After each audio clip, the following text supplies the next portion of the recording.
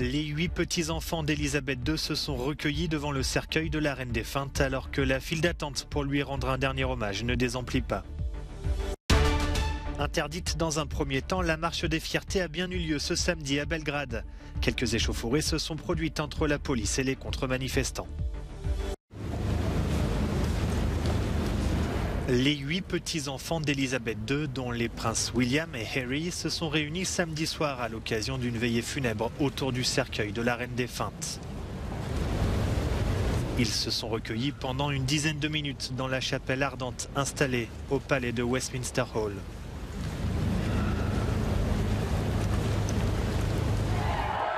Un peu plus tôt dans la journée, le roi Charles III et le prince William ont salué ceux qui patientaient dans une longue file d'attente pour rendre un dernier hommage à la reine. Le public a jusqu'à lundi matin pour se recueillir devant le cercueil de la souveraine avant que ne débutent des funérailles qui s'annoncent grandioses. Des dignitaires du monde entier commencent d'ores et déjà à affluer à Londres.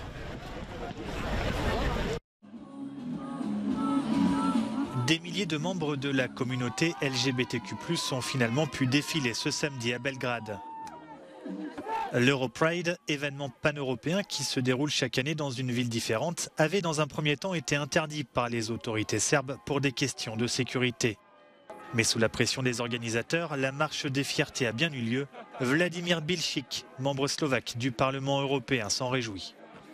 Ce n'est pas un événement facile à organiser, dit-il. C'est la première fois que nous avons une Europride non seulement à Belgrade, non seulement en Serbie, mais dans toute l'Europe du Sud-Est, dans les Balkans occidentaux. D'importantes forces de police anti-émeutes ont été déployées aux abords du rassemblement. Des échauffourées sans gravité se sont produites entre policiers et contre-manifestants. Une trentaine de personnes ont été interpellées selon le ministère serbe de l'Intérieur. Après l'interdiction de l'événement, plus de 20 ambassades, dont celle des États-Unis, de France, d'Allemagne et du Japon, avaient appelé dans un communiqué conjoint la Serbie à revenir sur sa décision.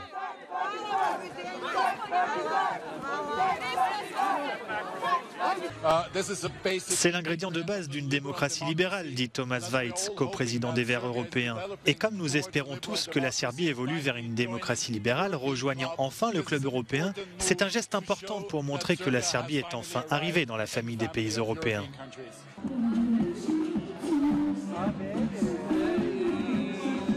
Candidate à l'adhésion à l'Union européenne depuis une décennie, la Serbie ne convainc pas tous les États membres quant à son bilan en matière de droits humains. Le mariage homosexuel n'est toujours pas légal dans ce pays de moins de 7 millions d'habitants. Et l'homophobie y est profondément enracinée, malgré quelques progrès contre les discriminations.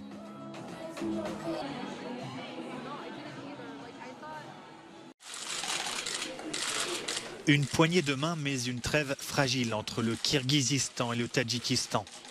Les présidents des deux pays voisins se sont entretenus en urgence ce vendredi, en marge du sommet régional de l'OCS qui se tient en Ouzbékistan. Depuis plusieurs jours, des affrontements ont lieu le long de la frontière commune de ces deux pays d'Asie centrale, une frontière contestée depuis la dislocation de l'URSS. Ce samedi, le Kirghizistan et le Tadjikistan se sont mutuellement accusés de violer le cessez-le-feu, entré en vigueur la veille. Les autorités kirghizes estiment que ces affrontements ont fait 24 morts, 103 blessés et des dizaines de milliers de déplacés. Le ministère tadjik de l'Intérieur indique quant à lui que plusieurs civils ont été tués lors des dernières violations de la trêve. Le bilan des intempéries qui ont frappé le centre de l'Italie s'est alourdi à 11 morts. C'est ce qu'ont annoncé les autorités ce samedi. Une femme et un enfant sont en outre portés disparus. Les dégâts sont impressionnants dans les localités touchées, situées dans la région des Marches. Dans le petit village de Pianello di Ostra, 3 personnes ont été tuées. Cette femme a perdu son fils et son mari. Je ne sais pas comment je vais continuer à vivre sans eux, dit-elle. J'avais dit à mon fils, allons au garage, voyons si on arrive à sortir la voiture de ton père. Et je n'ai plus revu aucun des deux. L'eau a envahi les caves, de nombreuses voitures ont été emportées par la force des flots ou ensevelies sous des coulées de boue. Alors que les opérations de déblayage et de nettoyage se poursuivent, les habitants constatent les dégâts. Je n'ai pas les mots, réagit cette femme. Des trompes d'eau équivalent à 6 mois de précipitations par endroit se sont abattues sur la région. Des chutes d'arbres et des éboulements de terrain ont coupé de nombreuses routes, compliquant encore le travail des secouristes. Le mauvais temps a persisté ce samedi sur une grande partie de l'Italie. Dans les Marches, de nouvelles pluies sont attendues. Les habitants ont été appelés à rester chez eux.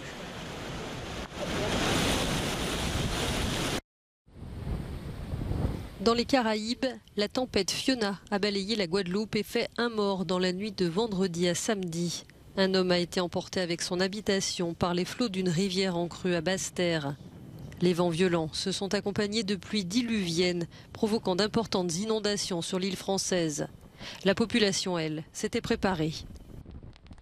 On achète des provisions et on reste enfermé à la maison, sauf en cas de force majeure où on appelle les urgences en fait. L'île a été placée en vigilance rouge jusqu'à dimanche. Les écoles ont été fermées prématurément et dans les supermarchés, les habitants se sont procuré le nécessaire pour faire face aux coupures d'électricité et d'eau. Un peu de l'eau au cas où il y a des coupures, des bougies, on ne sait jamais. Mais tant que la tempête n'est pas énorme non plus. Fiona poursuit sa route en se renforçant. Ce sont désormais certaines zones de la République dominicaine et de Puerto Rico qui sont sous sa menace. Des centaines de personnes se sont rassemblées devant Scotland Yard ce samedi pour demander justice pour Chris Kaba, un homme noir non armé abattu par la police dans le sud de Londres le 5 septembre dernier. Des manifestations se sont également déroulées dans d'autres villes comme Manchester, Coventry ou encore Southampton. Une enquête indépendante est en cours pour faire la lumière sur l'intervention de la police. Manifestation contre le racisme ce samedi à Stockholm. Il y a quelques jours, un bloc inédit de droite et d'extrême droite a remporté de justesse les élections législatives en Suède. Durant la campagne, l'inflation et la criminalité ont dominé les débats, faisant le jeu du parti d'extrême droite anti-immigration, SD. Ouverture de la traditionnelle fête de la bière ce samedi à Munich. Comme de coutume, le maire de la ville a donné le coup d'envoi des festivités en perçant un coup de marteau le premier fût avant d'offrir la première chope de bière au président de la Bavière, Markus Söder. Après 2 années d'annulation à cause de la pandémie de Covid-19, certains semblaient pressés de retrouver la fameuse Oktoberfest. C'était le chaos absolu, raconte ce touriste venu de Londres. Nous avons forcé l'entrée et les portes principales, puis nous avons couru en direction de la tente à bière. C'était très amusant. Je vais y aller doucement, dit ce New-Yorkais, et ensuite j'irai tranquillement me resservir. C'est la première fois que je participe à l'Oktoberfest, donc je suis assez excitée, explique cette Autrichienne. Je m'attends à voir beaucoup de bière et j'espère qu'il fera plus chaud à l'intérieur.